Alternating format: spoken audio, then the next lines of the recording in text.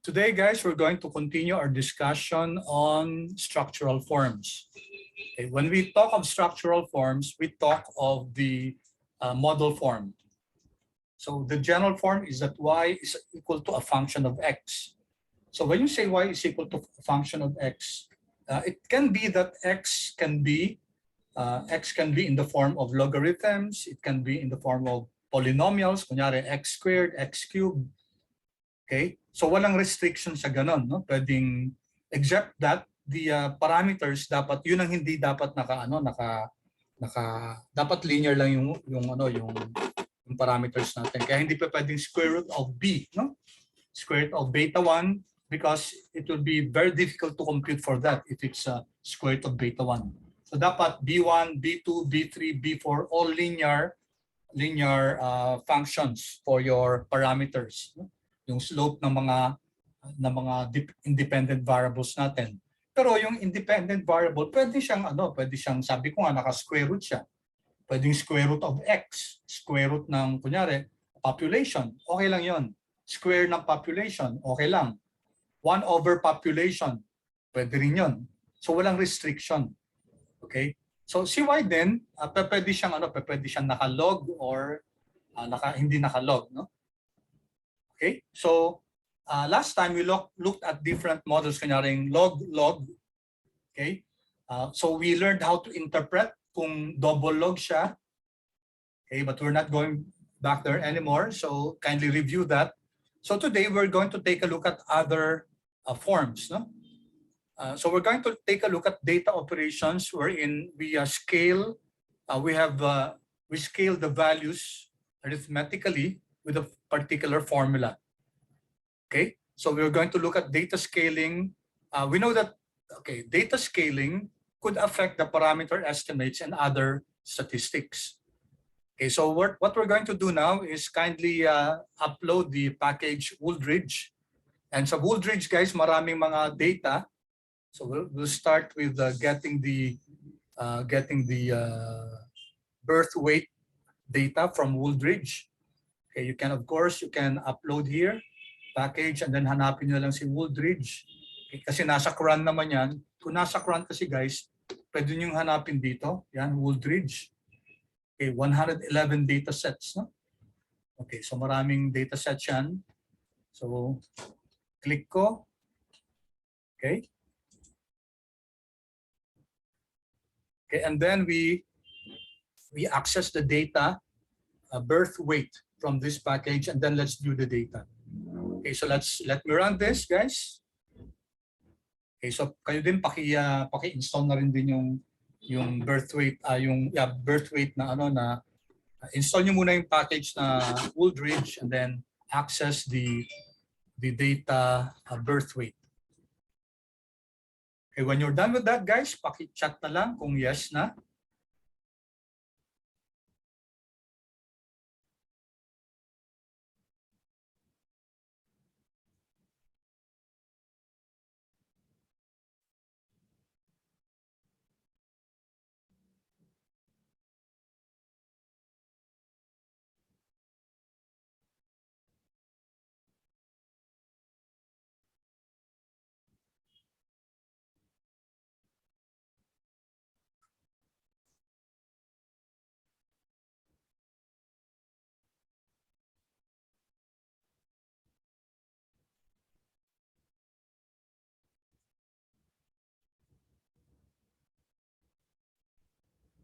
Okay, thank you. I hope the rest are also able to upload the data. Okay, let's give your classmates a few more minutes. Let me just check kung may information tayo about this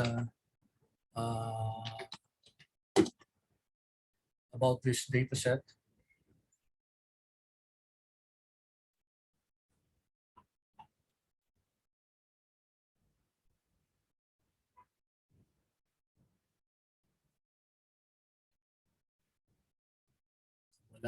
Walang information. Okay, pwede namang hanapin lang natin sa internet, but I leave that to you guys.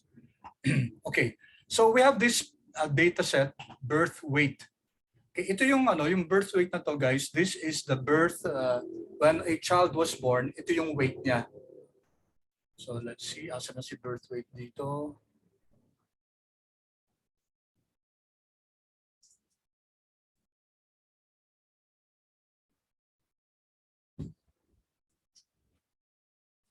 Asa na si birth?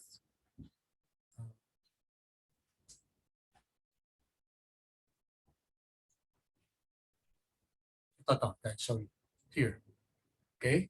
Birth weight, so this should be 100, hindi naman 109 pounds, no? So most probably this is in ounces, no? Although meron ditong birth weight in pounds. Pero let's take a look at this kasi we're going to learn how to transform data. So yung mga variables natin, yung family income, kung yung state na yun, may cigar tax sila, then cigarette price per pack siguro yan. Tapos mother's education, father's education. Okay, I forgot what parity is. Anyway guys, check nyo na lang sa internet, no?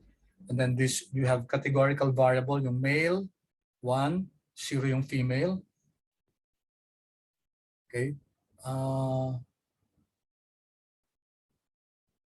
Sino yung na-interview? Wait, male. Okay. Sorry.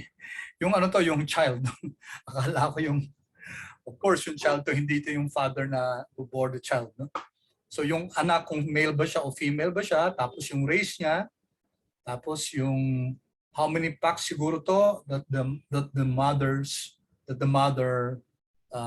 puffs, no? Okay? So dito, we'd like to predict yung birth weight using certain parameters. Mape-predict kaya natin yung weight ng yung child based on some parameters here. Okay, let's continue, guys. That's the that's the problem that's what we want to determine. Okay. So first, we'd like to predict the birth weight of the child based on the average number of cigarettes smoked. Yung SIGs to, at saka yung family income. So may relationship ba yung birth weight ng child at saka ng number of cigarettes at saka yung family income, average family income? Okay, so you know how to do this, guys. Let's create a model called M1, and we use linear model, birth weight, regress on cigarettes and family income. Data natin is equal to birth weight. And then summarize natin. Okay, so here we have, okay, ito yung some information about the residuals. Minimum residual 96, negative 96, maximum 150. Okay, so we find that the predictors are significant. They can significantly predict yung birth weight. No? Okay, so SIGs natin, negative 0.46, family income 0.09, and they're all statistically significant. Okay, so what's our regression equation? Our regression equation is that birth weight is equal to 116.9714, 97 na lang, plus, okay, minus na lang, 0.46463 multiplied by SIGs, and then plus 0.0903 na lang times family income. Okay, so that's our regression equation. No? Okay, so what does that indicate? Okay, so yung ano muna, yung SIGs natin, it's a negative correlation, which means a one pack increase in cigarettes will result to a loss or a reduction in the birth weight of the child by 0.46 ounces. So sa bawat isang pack na consume ng mother, okay, may reduction sa birth weight ng 0.46 ceteris paribus. Ibig sabihin, family income, controlling for family income. Okay? And then yung family income naman, for every one family income, dollars yata ito, no? Average family income, 13.5. Okay, I'm not so sure, I forgot this, but it's always good, guys, to look at the metadata. para tama yung interpretation natin. Metadata is what is information about the data. And you can easily look for this. Pwede naman natin mahanap sa internet to. Let's just assume that this is 13.5, no? Siguro average daily, maybe, or hourly wage or hourly income for the family. So one dollar increase in average family income will result into a 0.09 ounces increase in a birth weight. So they are all statistically significant. Okay, the SIGs and the family income are statistically significant. Okay, immaterial guys intercept kasi whether it's statistically significant or not, we still include it in our model. Okay, so we can of course predict, no? Predict tingnan muna natin, no? Okay, so here. Summary lang natin. Summary of birth weight.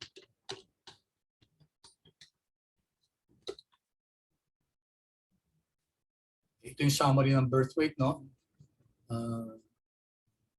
Minimum family income is 0.5, maximum is 65. Tapos yung cigarettes, okay, where cigarettes ito? Minimum, ibig sabihin non-smoker, maximum 50. Okay, maybe this is 50 packs per, okay, I can only guess, no? Whatever that is, guys, maximum of 50. Okay, so going back to our model.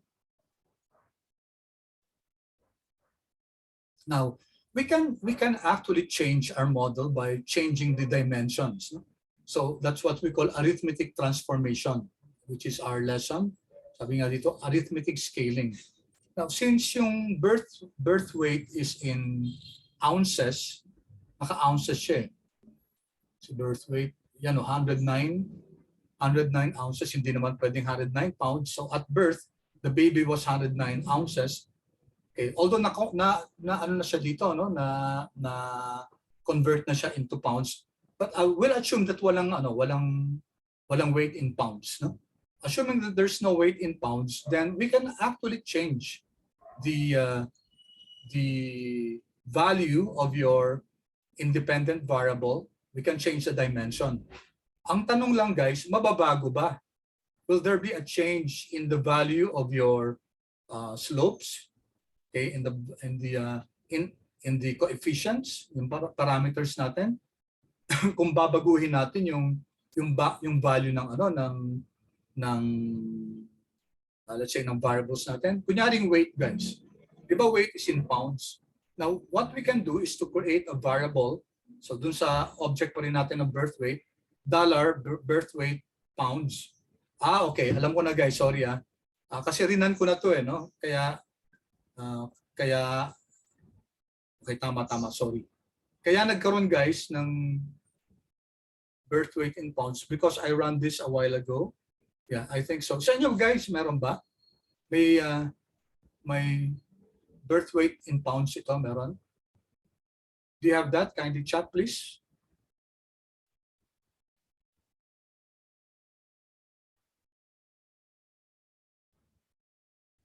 Meron ba rin? Or talaga nasa data na?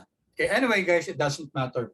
So here, I'm creating an object called birth weight pounds, variable, a column in birth weight, and then it will transform mathematically our birth weight, okay, sa object natin birth weight, and then yung variable natin birth weight divide by 16. So kasi ang one pound is equal to 16 ounces. Okay, so let's run that. Run muna natin ito ulit. Let's run that, guys. Okay, so kinonvert natin nag-create tayo ng object na birth weight in pounds. Okay, and then we'll create another model, M2. It's the linear model of, we're regressing the birth weight in pounds on the same variable, cigarettes, family income, and then data. Their data is equal to birth weight. Okay, so running this, guys,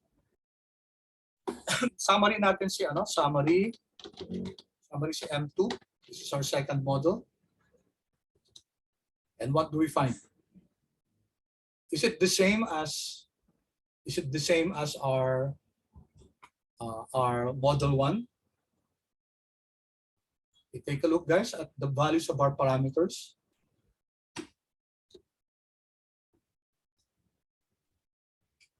Ano yung value ng parameter natin dito sa una? Yung naka-ounces siya. It's negative 0. This one, Control C, Control V. Okay? So ito yung unang parameter natin. No? This is the slope of the SIGS data, SIGS variable. Tapos, dito, what is it, guys? Ito, naging negative 0.2. Control C.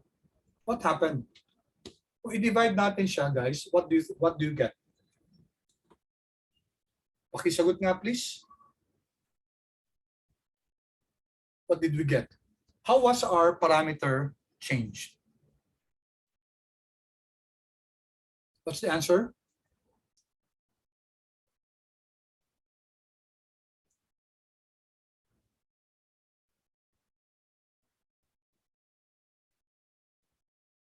Hello? Anyone, please?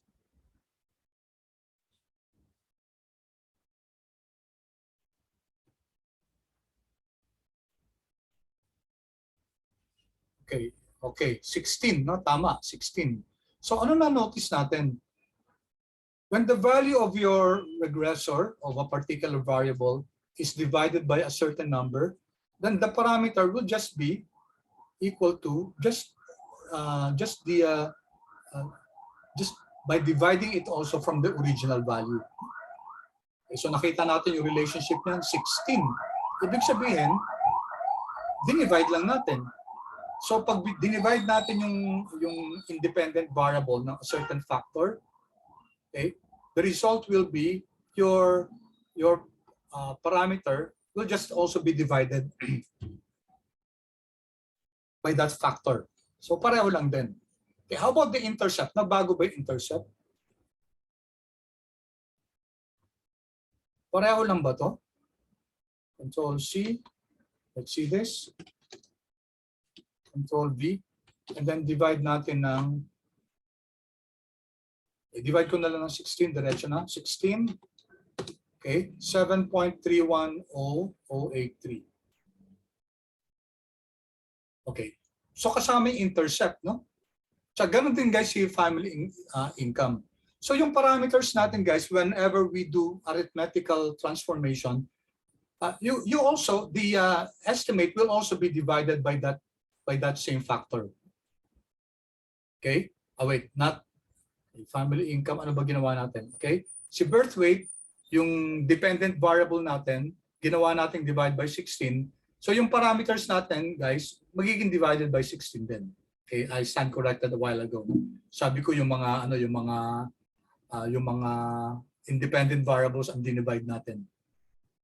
Ang dinivide natin, guys, yung dependent variable na birth weight, and then ang resulta, guys, is that the value of your parameters, intercept, and then your other independent variables were also divided by 16. Okay, but how about the other statistics? Yung standard error, nagbago ba? Yung t-value and the p-value? Nagbago ba siya, guys? Standard value.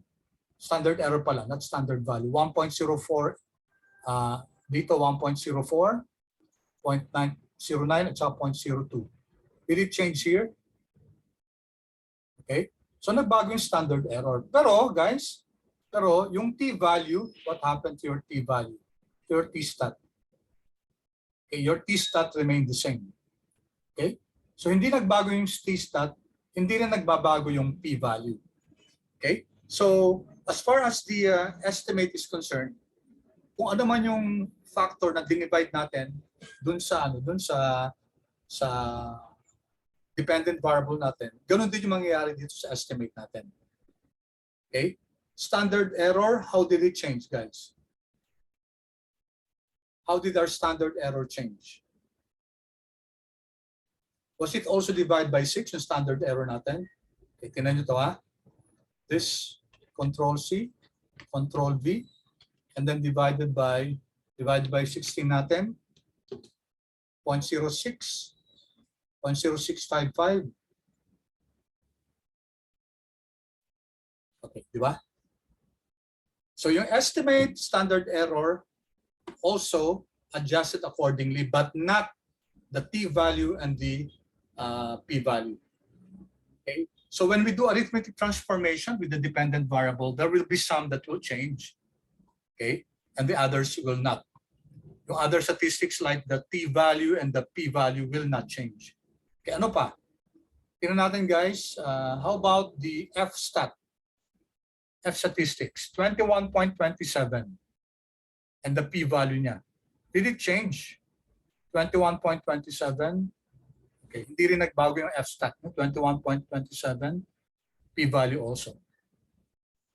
Okay, clear yan guys? Paki-chat naman please kung yes.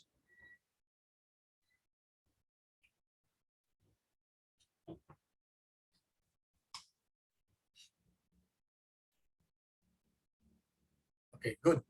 Good. Thank you. Now, what we did here was to first convert yung birth weight natin, yung dependent variable natin. We first converted it by dividing it by 16. We created another variable, birth weight pounds, by dividing the birth weight by 16. Okay, so we call that the indirect way or the manual way. Now, there's a direct way by which we can go about it. So not anymore inserting another variable. No? Ito guys, yung I. No? Ano tong I na to? The I is what we use for data transformation. So here, I'm going to use I to convert our dependent variable birth weight and divide it by 16. And then regress it again on the same independent variables. Okay? So tingnan natin to guys ha.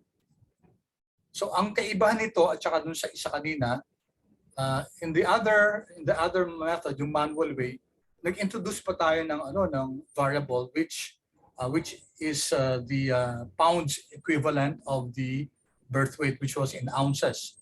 Dito hindi na, diretso na. The use of this I, okay, it's used to transform your data. And mamaya din makikita natin iba pang gamit ng I. Okay, if you run this, okay, what happened? What happened to our parameter? 7.31, negative 0.02.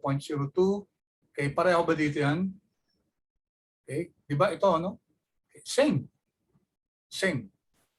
Ang advantage lang, hindi na tayo kailangan nag-introduce ng panibagong variable in this case. So diretso na, no? Diretso na yung pag-transform natin ng dependent variable natin na birth weight by using the I. Okay? All right. Nagbago ba yung R squared, guys? Nga pala, kanina hindi natin nasagot yun, ano? Ang R squared natin dito, sa, nung dinivide natin ng 16, okay, adjusted R squared is 2.84. So mababa, no? 2.84% lang yung explanatory power ng model natin, 2.84. How about yung original natin? Kasi yung original natin. Okay, this one. Okay, pareho lang, no? 2.84. So dividing our dependent variable by a certain factor, it did not change the t-value, it did not change the f-stat, it did not change the probability, it did not change the p-value for the f-stat. No? Hindi nagbago. Hindi nagbago si f-stat. Okay? Hindi din nagbago si R squared or adjusted R squared. The same. Okay, so there were certain values that were changed, yung parameters at saka yung standard error, but not the t and f statistics. Okay, neither the p-values. Okay, neither the R squared. Okay, so here, Okay, we're going to, this time, tingnan natin guys, ano mangyayari sa, kung, kasi yung cigarettes ano yata in terms of packs, no? In terms of packs. Paano ba yan? Packs ba siya? So we're going to divide it by 20 to convert it into, sa isang pack ba, 20 na ano? Okay, wait. Maybe cases yung ano natin, yung cigs natin. I'm sorry, I'm not a smoker, no? So hindi ko masyadong kabisado. Yung cigarette natin dito, 0 or 1 lang. Bakit 0 or 1 lang siya? Hindi. 0, mga non-smokers to. So may mga 20, 30. Okay, so iba-iba, no? Okay, may 0, may 20. Okay, so I think these are in packs, 20 packs. And then here we're going to compare, to convert it into cartons. Correct me if I'm wrong, guys, kung tama yung pag-interpret ko. No? But nevertheless, guys, here, dinediretso na natin, di ba? Yung I na naman. We're converting our cigarettes into packs. Okay? So we do the same model, guys.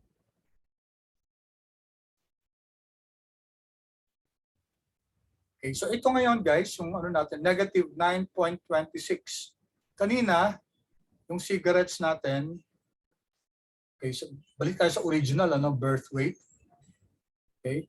So original natin, ang parameter ng cigarette is this one.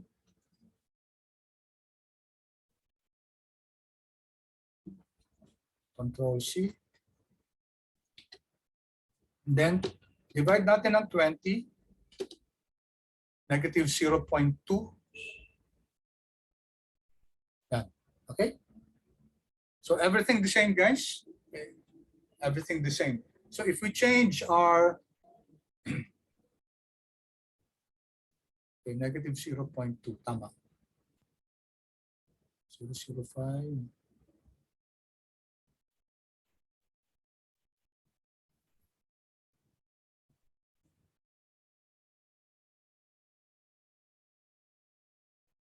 Okay, so si cigarettes, dinivide natin ng 20, no? So ano nangyari? Lagyan ko nga ng model to para mas madali makita. M1.1.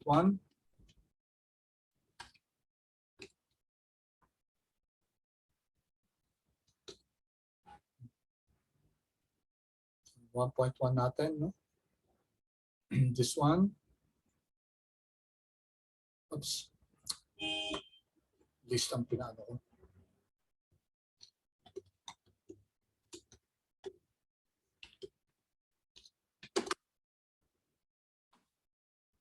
Okay.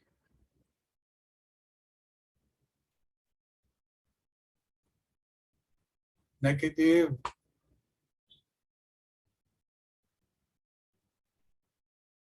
Copy ko lang sa dito, ha? Control C.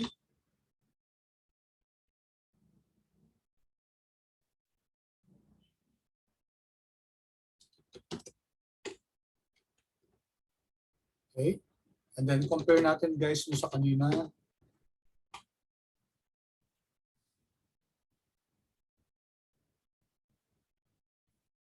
Okay, this one.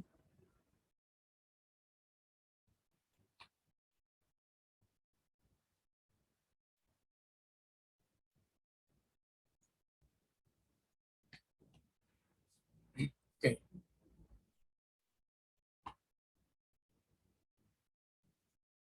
Okay, guys. Ano nangyari, no? Ano nangyari? When we change the dependent variable kanina, okay, everything changed. Yung parameter, yung estimates natin, nagbago siya. Pero ito, ang change lang natin kasi yung cigarettes. So this was the original model. Tapos anong ginawa natin?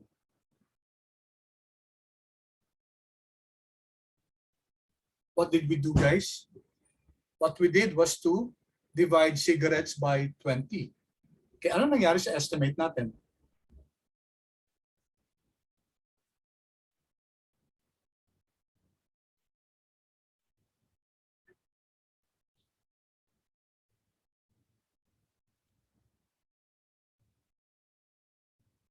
Anyone, guys?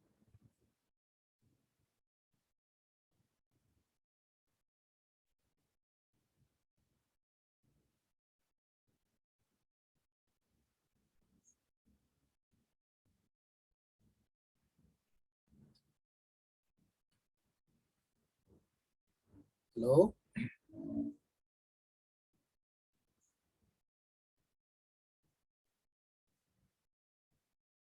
Ano nangyari? Yung first model natin, yan yung original, yung wala tayong change. So we still have cigarettes, still have family income.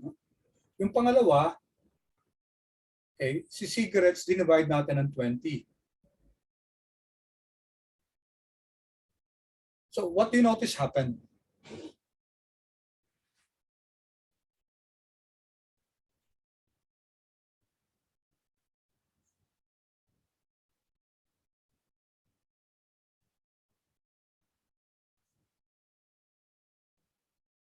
Sir, only cigarettes changed.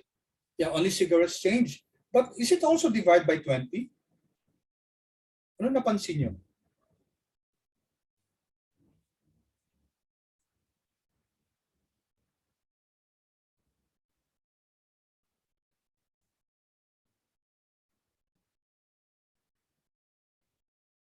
Kasi kanina guys, kung change natin si dependent variable, diba, dinivide natin ng 16, yung parameters natin, lahat na divide ng 16. Okay? Diba? Yung birth weight natin, dinivide natin ng 16. And what happened was the parameters was also divided by 16. Pero ito, ang change natin si independent variable, si cigarettes. And as pointed out, sino yung nagsalita kanina? Sorry, hindi ko nakita. Me, sir. Matthew, okay. Sabi ni Matthew, tama yung sa observation ni Matthew. When we change the independent variable, hindi na apektuhan yung other parameters. It was only cigarettes that was affected kasi si cigarettes lang yung dinivide natin ng 20. But what about the numerical effect? Kasi pag 0.46 divided by 20, then you should be getting a smaller number, di ba? I-divide mo pa ng 20 yan eh. So magiging about 0.02, 0.023 na, mga ganon, di ba? Di ba? So if I divide this by 20, Control C.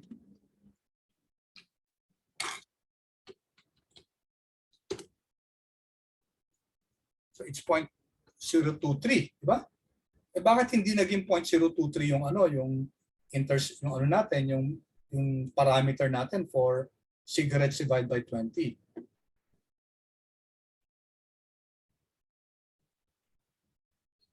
Anyone, please? Sir, negative 0.46 actually got multiplied by 20. Yes, oo. Correct. Correct. So reverse yung impact, guys. Pag ang babaguhin natin yung independent variable, kunyari i-divide natin siya, then the impact dun sa parameters natin will be multiplied. Okay? Pero kung balik na rin natin, kunyari, sige, gawin natin ito, isang example ulit na to. So gawin natin itong cigarettes, no? Wag divide by, gawin natin times, no? Sige, tingnan natin kung ano mangyayari, no? Okay, ano nangyari? Ayan. Multiply natin si independent variable. Ang effect niya will be, sa parameter will be, yung kanina guys, so ito, dinivide natin by 20. Okay, so please take note of that. No? When we do arithmetic transformation, if the arithmetic transformation is done on the dependent variable, whatever factor you multiply or divide, for that matter, pareho lang naman multiply at divide, no? Whatever factor you multiply to the dependent variable will be reflected also by the same amount, by the same factor in your independent variables. On the other hand, pag binabago natin independent variable, okay, pag tinatransform natin yan, the effect will be, okay, only in that specific independent variable, I mean, and also the parameter will be the reverse, no? Kunyari, dinivide natin si independent variable ng 20, ang mangyayari niyan, ang effect na sa parameter, mamumultiply siya ng 20. Okay, that's what I wanted to point out here. Okay, so magkaiba yung effect pag ang binabago natin yung independent variable at saka yung dependent variable. Okay, now we go to, any questions dun guys? Okay, ang bilis ng oras. Okay, now we go to standardization of variables. You learned guys in your previous statistics subject that when you standardize a particular variable, you actually, what you do is you get the mean. We subtract the mean from the values and then divide it by the standard deviation. Diba? Yun ang standardized values. Yun ang z value natin sa natutunan nyo. Okay? So a variable is standardized by subtracting the mean and dividing it by the standard deviation. Okay, if a regression model has standardized values, because sometimes you'll see results that are standardized. And sometimes also, it's important also, may mga models na kailangan i-standardize natin yung values. We'll have examples of that later on. So it's important for us to know how to interpret, guys. Paano ba mai-interpret, guys, kung standardized yung values ng ating model? Okay, so when you have standardized values, the coefficients are interpreted by how many standard deviation y changes for every one standard deviation change in x. To make the model simple muna, okay, we will assume that all are standardized. Wag muna natin i-discuss yung hindi standardized. No? So first, let's assume that all will be standardized. So we're going to use another data set, yung H2, H price 2. So ano to, mga prices ng bahay given certain parameters. So once again, we get the, we use the Woolrich data. Enter natin to get H price. And then i-view natin, view H price 2. Kasi may H price 1. H price 2. Okay. So ano yung mga values dito? You have the price, you have the crime rate.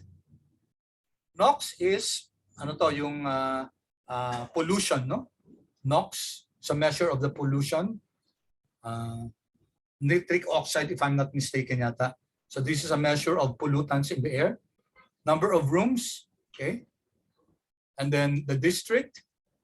Okay, so this has something to do with the distance from a particular center.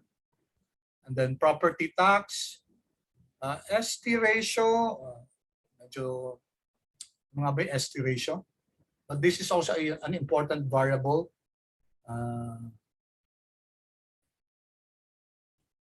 Di rin yata natin makukuha itong H price 2. Let me see if we can get some information about H price 2. No results found. Okay, hindi natin kuha.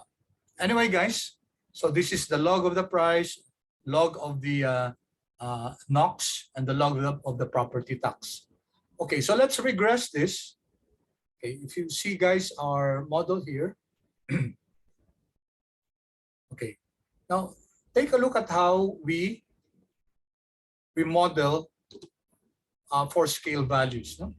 So here we're creating a model called M3, linear model natin.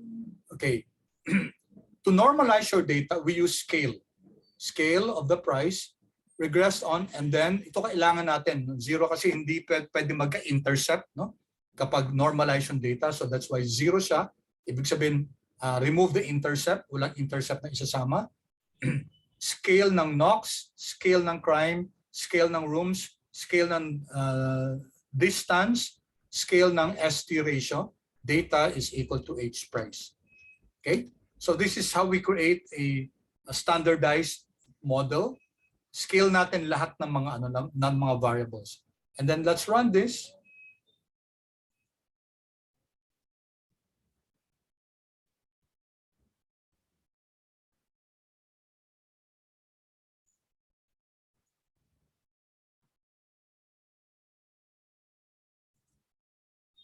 Run ko na lang ulit yung summary 3.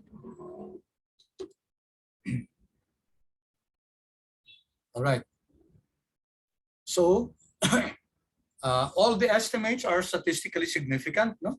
And notice wala tayong intercept dyan. So we have the scale of the Nox, scale crime, scale rooms, etc. So how do we interpret this? Okay, we interpret this, guys, since these are scale figures. Everything is interpreted in terms of standard deviation. Okay, so for example, ito. So for every 1 standard deviation increase in your Nox, okay, there is a corresponding 0.34 standard deviations decrease in the price of the house. So everything expressed in terms of standard deviation. For every 1 standard deviation increase in crime rate, there's a corresponding 0.14 standard deviations decrease in the price of the house. Okay, so for every 1 standard deviation increase in the rooms, there's a corresponding 0.513 standard deviations increase in the price of the house, etc. Okay, so that's how you interpret when you have values that are scaled. Okay, so what we're doing now, guys, is we're looking at different forms na pwede natin ma-encounter sa regression. Tapos tinitingnan natin kung how we interpret it, no?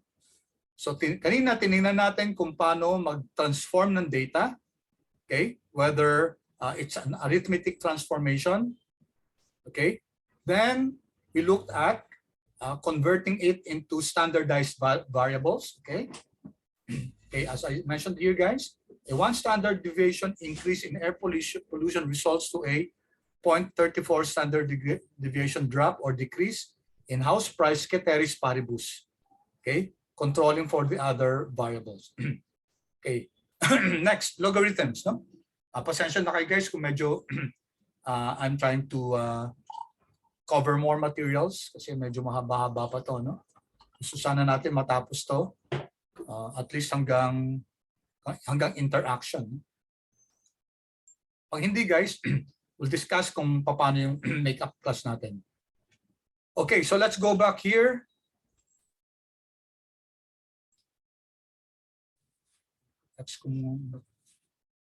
Okay. All right, so let's go to log.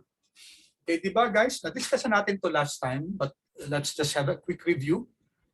Okay, we're going to regress the log of price on the log of the Nox plus rooms, okay, plus rooms. So dalawa yung regressor natin dito. Data is equal to H price. Okay, last time we discussed that there's an advantage of looking at log prices, no? Or log of the variables. So mas madali i-interpret minsan kapag naka-log kasi, lalo na kapag double log, guys, everything is expressed in terms of marginal, yung elasticity niya, no? A 1% change in this will result to a blank % change in your variable 2. So those are the elasticities. So maganda, guys, kung elasticities yung pinag-uusapan. Okay, dito, guys, meron tayong semi-log dito, no? Kasi we're getting the log of the price, no? Okay, and then getting the log of Nox, pero hindi log ni rooms. Okay, so this is just to illustrate this using the same data, H price 2. And then let's summarize the model M4. Let's run this. Okay. So we have all the variables are statistically significant. So si log Nox natin, guys, is statistically significant. As expected, negative siya, no? Kasi ano to di ba? Pollution to. So pag mas mataas yung level ng pollution, syempre chances are bababa yung price. If you're located in a place where talagang grabe yung pollution ng area na yon, okay, count it certain that the price of that house will really go down. Okay, so let's interpret this, guys. Ano ibig sabihin nito? Okay, so ang model natin log. Sulat lang natin, guys, to be clear. Okay, log price natin is equal to log Intercept muna equals 9.23 24 plus negative 0.718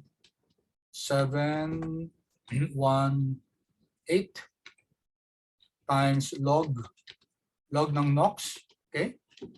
And then plus, ano ba yung plus ba yan? This one, Control C, Control V, times your rooms, no? Okay, of course, plus your error term. Okay, so let's interpret this. Okay, so my question ako dito, interpret that log Nox coefficient. Anyone, guys? How do we interpret the log Nox coefficient? This 0.718.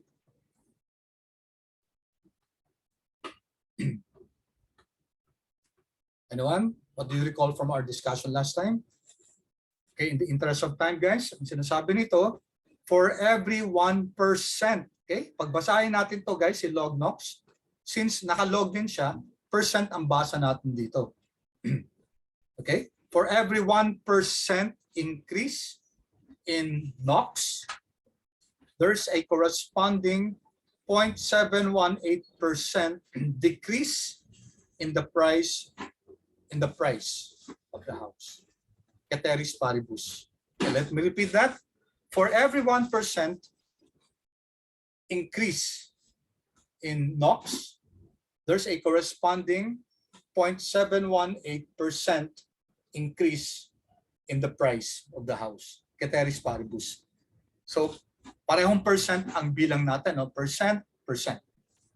Okay, how about these rooms, guys? Anong ibig sabihin nito? How do we read this? Rooms is not log, however, price is log, our dependent variable.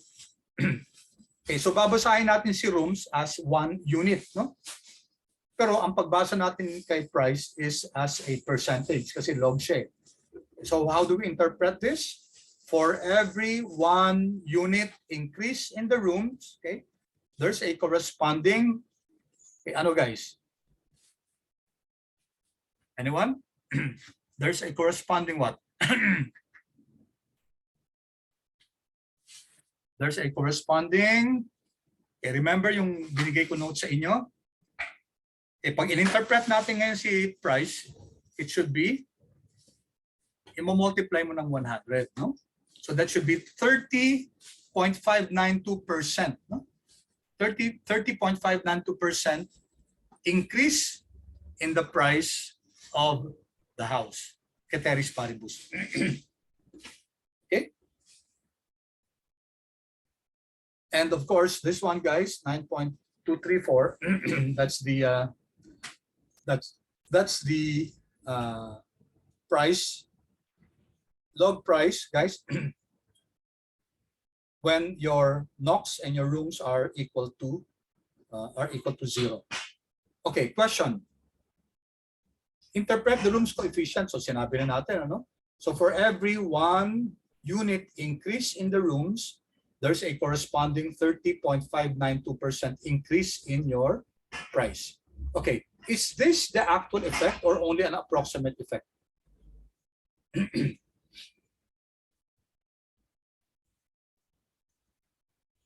Guys, answer? Okay, so hindi natin na-discuss last time yan, but this, guys, is only the approximate effect, yung 30.592%. Bakit? Kasi nakalog si price, tapos hindi nakalog si rooms. So how do we now compute for the actual estimated effect? The actual estimated effect, guys, is obtained by, kasi nakalog price tayo, so dapat tanggalin natin yung log dito. And how do we remove the log here? Remember, guys, paano natin matatanggal si log? Perform the inverse function. Ang inverse function ni log is exponential. So get the exponential of this. Pag kinuha natin exponential niyan, matatanggal yung price, no? Matatanggal yung log. Pero what you do on one side, you also do to the other side, no? So we do this exponential of this amount, no? Kung ano man yung coefficient ni rooms. Control C, Control V, okay? Exponential of that and then minus 1. Okay? Exponential of the coefficient minus 1 that will now give us the actual estimate for the effect of rooms on price. Let's get this, guys. Ito yon. So for ang actual estimate, guys, is for every 1 unit increase in the room, there's a corresponding 35.7879% increase in the price of the house, okay, ceteris paribus.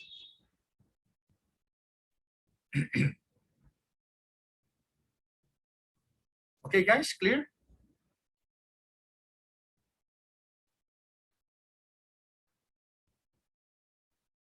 Okay, chat naman please kung clear. Okay, I know guys, ang daming mga medyo bago, no?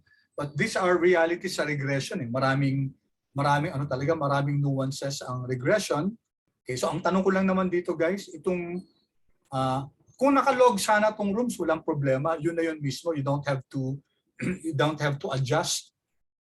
Eh, ang problema natin, guys, si price nakalog, pero si rooms hindi. So we cannot interpret that as is.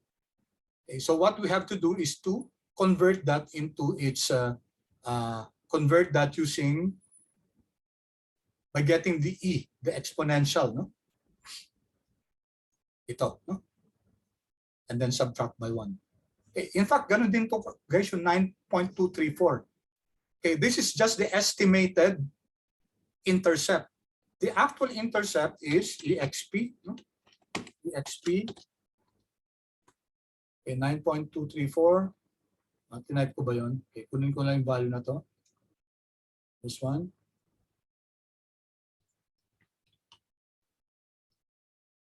This one, then minus 1. Okay. So if you're going to express this in terms of price, no? Hindi na in terms of log price. Yung model natin magiging price is equal to, ito na yung ano natin. Ito na yung intercept natin. It's not 9.233.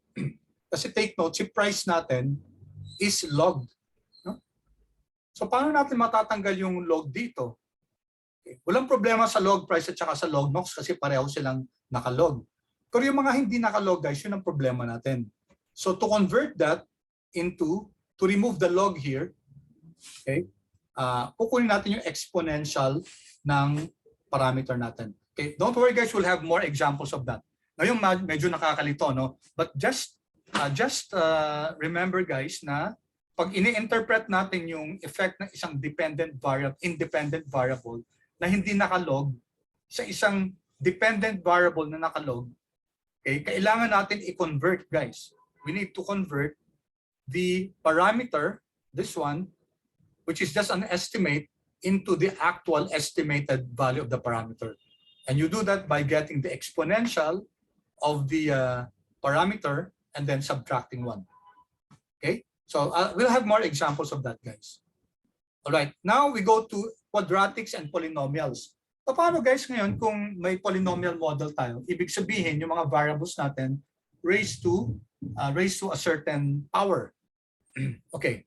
So again, we're going to use I for that. So if you want rooms to be squared or rooms to be cubed, pwede natin gawin yan. The long cut is create a variable, kunyari rooms SQ2, room squared, and then rooms, okay, CU, cubed, no? Pwede natin gawin yon, room squared or rooms cubed, and then isama natin sa regression. Pero hindi na natin kailangan yung guys, no? So, 2 ways by which we can do this. Ito. Number 1, okay, so we have the log of the price, regress on the log of Nox, plus the log on the distance, plus rooms, plus I rooms squared. Okay, so we have rooms, and then we have rooms squared plus the ST ratio. Okay, so how did I insert the variable room squared, hindi na tayo nag-introduce ng panibagong variable, di ba? Kasi pwede natin gawin ganito, di ba?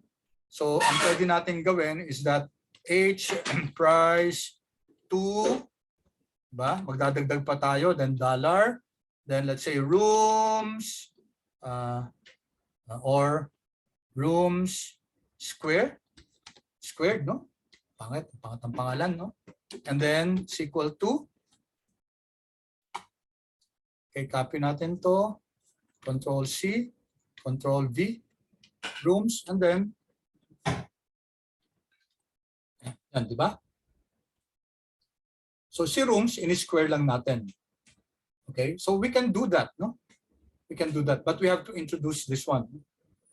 Okay, so another way to do it is, without introducing that variable, we can use the I function.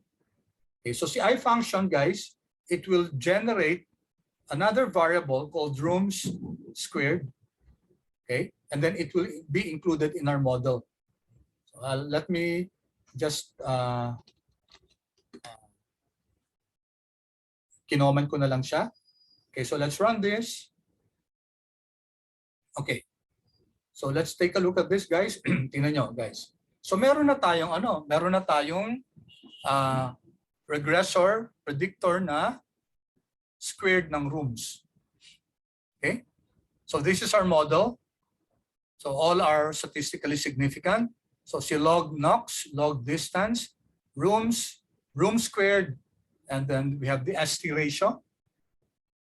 Okay, so that's how you introduce new variables, either naka-square siya. So this is for polynomials, no? Polynomials. Pwede rin square root, guys. Carry to the 1/2. Pwede rin yun. No? So you can either introduce a naka-square root, naka-squared, naka-cube. And sabi natin pwede yun, di ba, guys? You can do that. That can be a predictor, whether naka-square yung independent variable natin, naka-cube, it doesn't matter. Okay? Okay lang yun. Okay? And in fact, guys, yung natin, yung parameters are all statistically significant. No?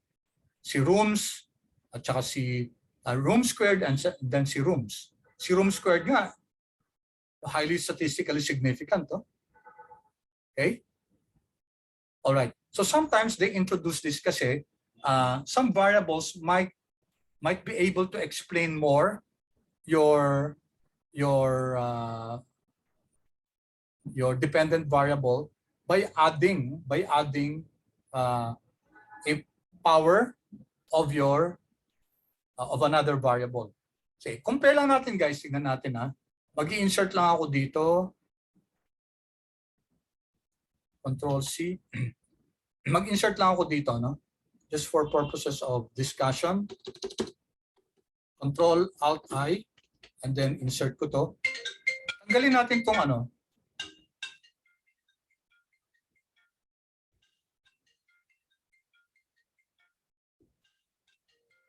Okay, so I'm removing here yung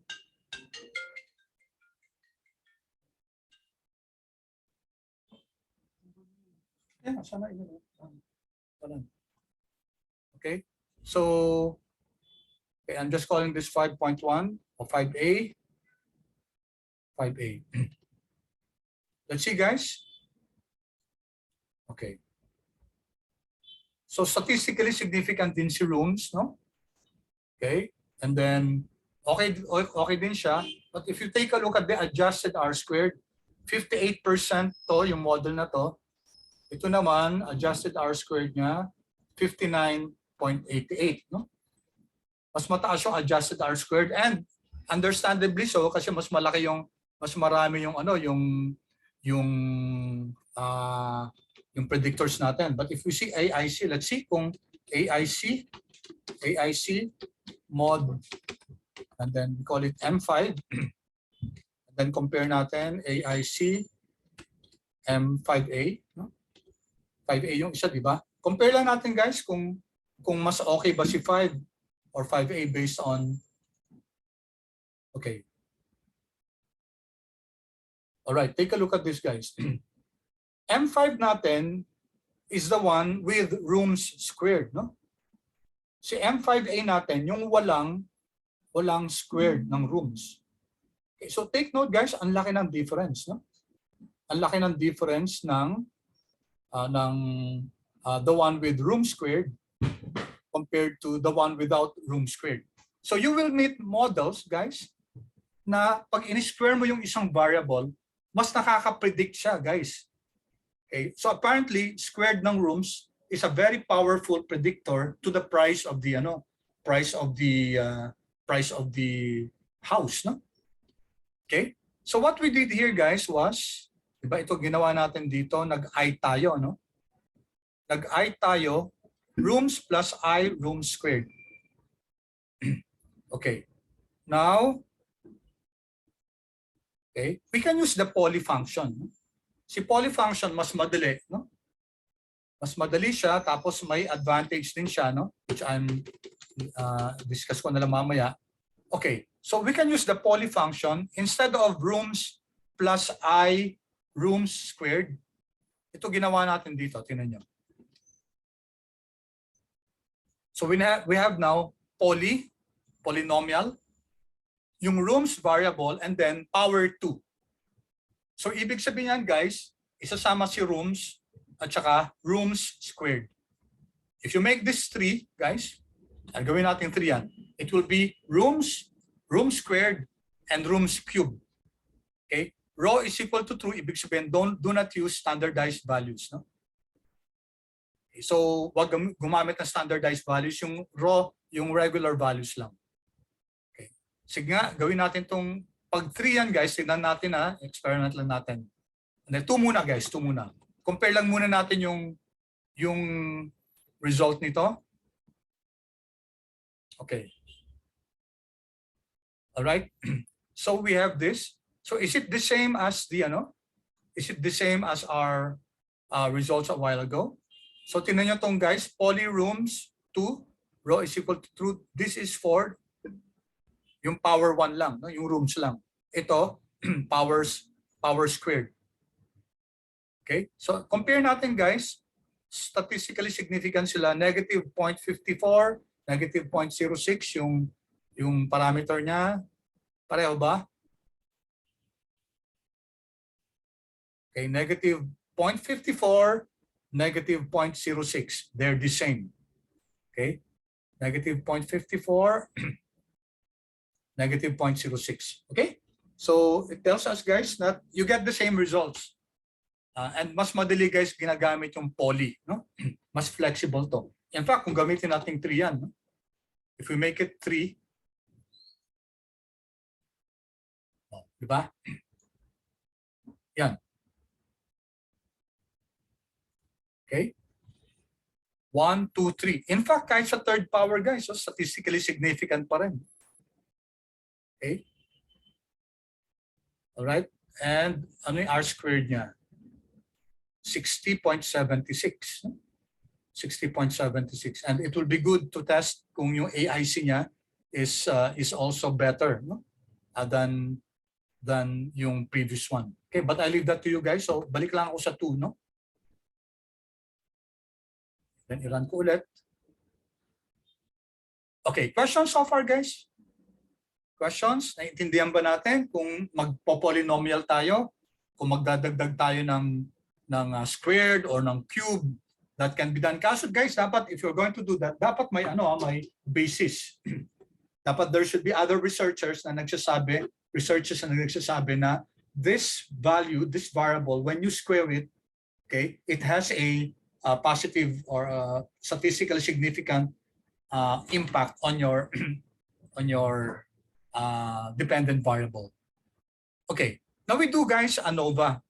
Kasi kanina tininalan natin yung AIC ng Model 5 at saka ng Model okay, hindi pa natin nako-compare, no?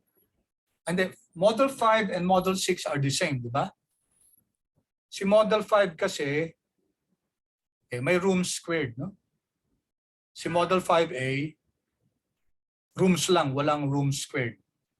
Okay, so we'd like to answer yung introduction ba ng rooms as a variable, relevant ba siya?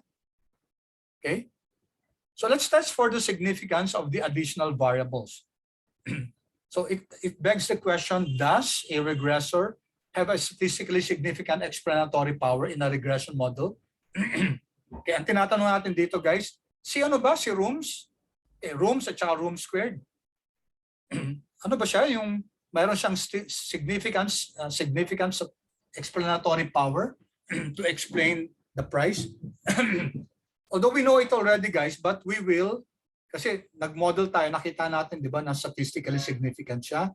Ayun, no? Statistically significant si rooms at saka statistically significant si rooms squared.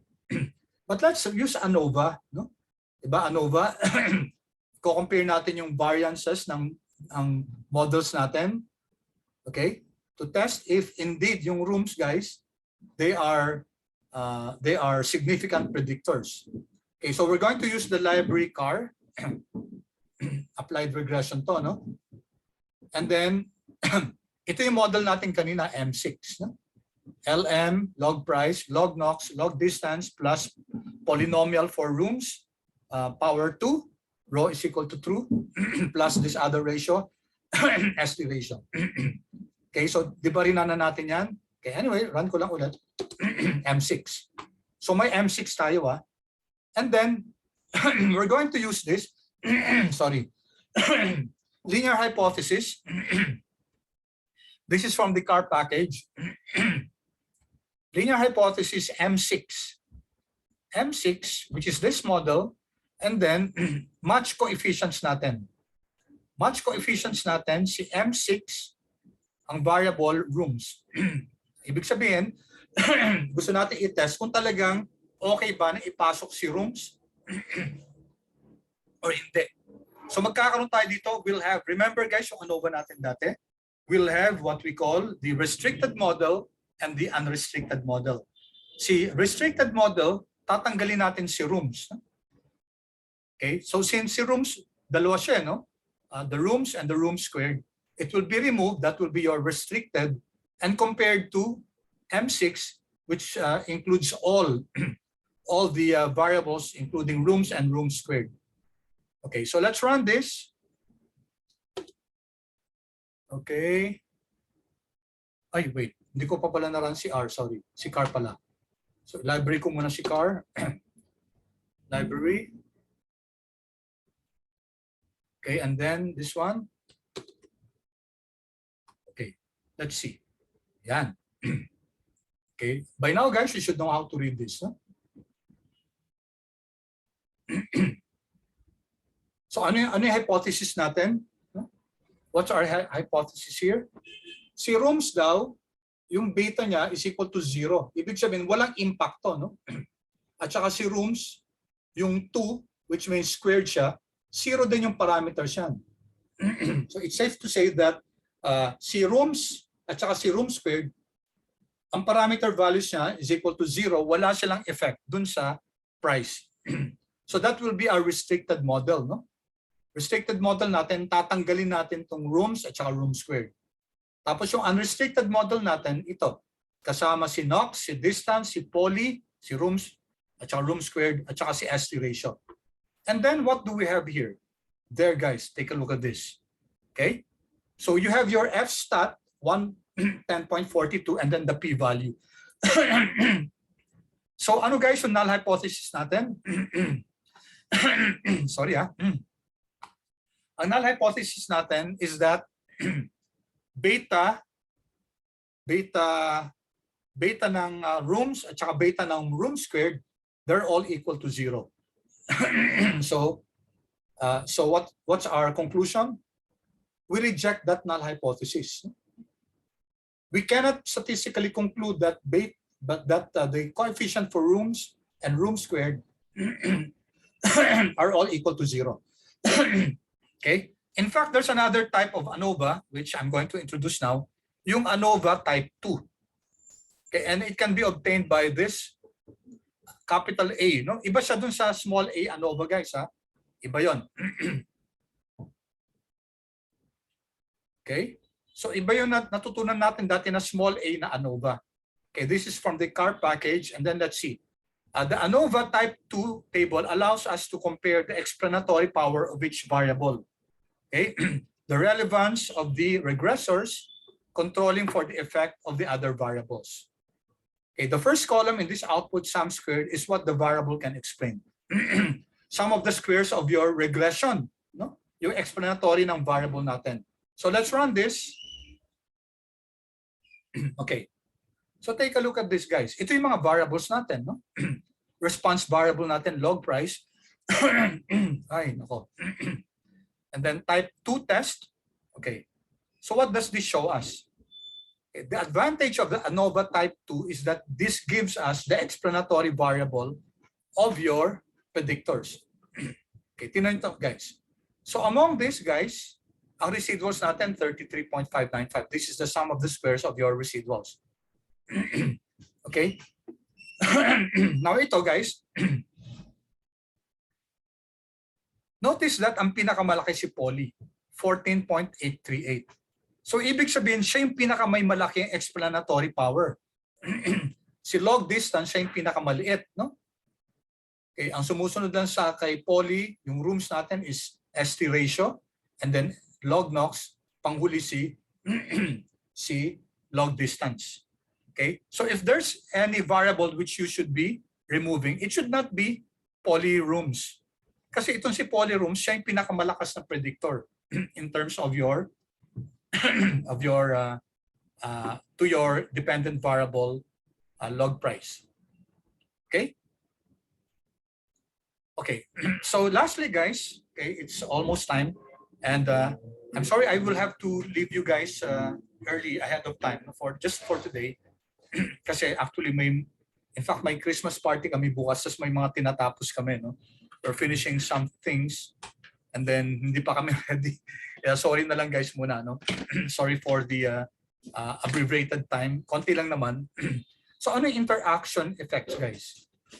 Ang interaction effects, guys, these are models that allow one variable, let's say x1, to depend on another variable x2. Okay, so this is quite a long discussion, pero ang kukunin muna natin yung pinaka concept, no?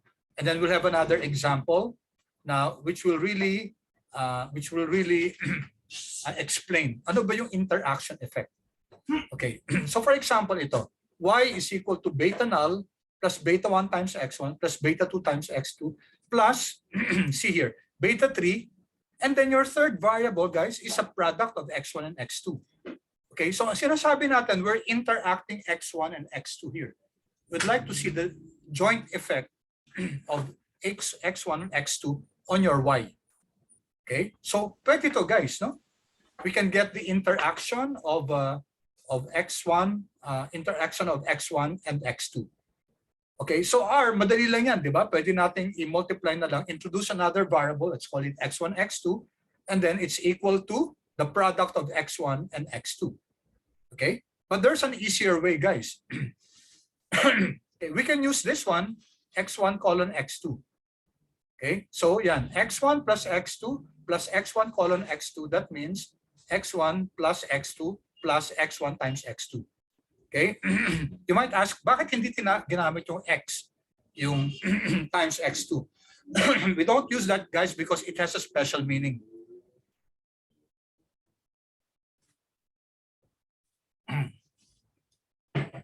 So when we use x1 plus x2, x1 times x2, shortcut yan for x1 plus x2 plus x1 plus times x2. Okay, so if you want to include the variables themselves and the interaction, you use x1 times x2, because that will include the variable x1, the variable x2, and the interaction of x1 times x2. Okay, so at gamitin natin to guys itong attend na ano. And we'll just end in this, no? We're using the attend data set from Woodridge. And summarize natin. Summarize at saka view pala natin, sorry. Kalimutan ko si view. View, attend. Para makita muna natin. Okay. Ano laman ito? Ano laman ito, guys? Okay, so this is, ito yung gagamitin natin na independent variables is standardized final. So these are standardized values, no? Okay, so naka-scale tong ano na to, yung standardized final exam yata to ng ano ng ng student, no? Then we have the number of attendance, okay? And then we have term GPA and then we have prior GPA, no?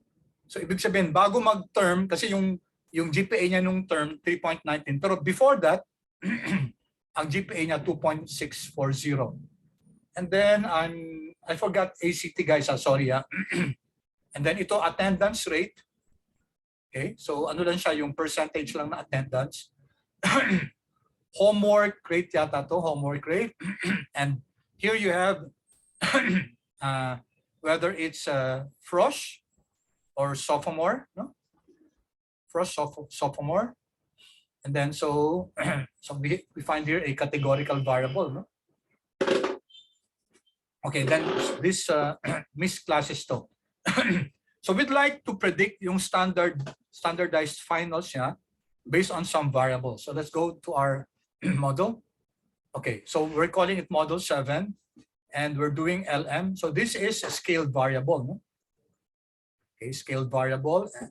Okay, so ang assignment nyo guys, how will you interpret guys kung yung dependent variable nyo naka-scale tapos yung iba hindi? Okay. Tingnan nyo to guys, ito yon sinasabi natin kanina. Attendance rate times prior GPA. So pag nakaganito guys, pag rinegress niyan, magkakaroon ng attendance rate, magkakaroon ng prior GPA, at saka magkakaroon ng attendance rate times prior GPA. Okay, we'd like to see if attendance rate and the prior GPA, we'd like to see if they have interaction with each other. No? Okay, and then we have this ACT, and then we have this prior GPA, naka-square siya, and then ACT, naka-square din siya. Okay, of course, pwede natin ginawa sa ACT, di ba? If you recall guys, sa ACT, kung gusto natin, pwede natin ginawang poly, no? Di ba? Poly, and then ACT, pareho dito guys, kasi meron tayong ACT at saka ACT squared. So you could have used, let me point that out here, di ba yung poly, no? Poly ACT 2 rho is equal to 2. You could have used that. Sige, i-ano ko na lang, pakita ko na lang. Control C, Control V, and then 2. And then rho natin is equal to 2. Okay, kinoment ko lang. But this one will generate ACT at saka yung ACT squared. Okay, now let me run this. Okay, take a look at M7. M7 will be, tingnan nyo ha, andyan si attendance rate, andyan si prior GPA, andyan si attendance rate times prior GPA. Okay, so next meeting guys, pag-uusapan natin kung ano yung interpretation nitong interaction. Okay, so may I ask you guys, kailan yung ano natin? Kailan tayo pwede mag-make-up class? Are you okay tomorrow guys? Kung pwede maaga. Free ba kayo tomorrow? Hello? Pwede bang, kahit 8 to 9 lang guys, kahit 1 hour lang. Paki-chat naman please. O early dismissal tayo ngayon ha. 2:16, maaga pa no? How about the rest guys? Okay ba kayo tomorrow? Okay, anyway, ganito na gagawin ko guys ha. I'll open it guys for those of you who can attend. Di ko naman check yung attendance. So 8 o'clock tomorrow, kahit 8 to 9 lang, matapos lang natin to. Okay, at least nagkaroon tayo ng insight about interaction, paano siya i-interpret. Okay? And we'll finish this. May natitira pa dito. Okay, this one. Konti na lang, dalawa na nga lang eh. So kindly look at that, no? Ito kasing ano to, itong primary GPA, saan nanggaling to? Ito yung average na prior GPA. The average is, kung titingnan natin to, just for you to understand kung saan nanggaling yung prior GPA na 2.59, di ba nag-summary tayo dito ng attend, asan na si summary attend? Summary attend, where's summary attend? Asan na si attend natin?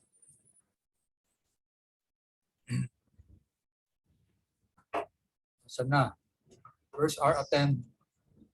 Hello, attend. Where are you at? Summary attend. Okay. Summary attend, guys, sa prior GPA, the mean is 2.58, no? 2.59. So yan ang ginamit natin dito. Okay? Ginamit natin yung mean ng GPA na 2.59, okay? Para makikita natin yung partial effect. So kindly look at this, guys. Tingnan nyo to. Okay, dadalawa na lang naman yan. In fact, andito na yung answer. And try to see what that means. And also this one. Okay? All right. Okay, so that will be all for today, class. Thank you so much for your patience. I'll stop recording now. I hope you learned something. Okay? Pasensya na kayo, guys, kung napapansin nyo na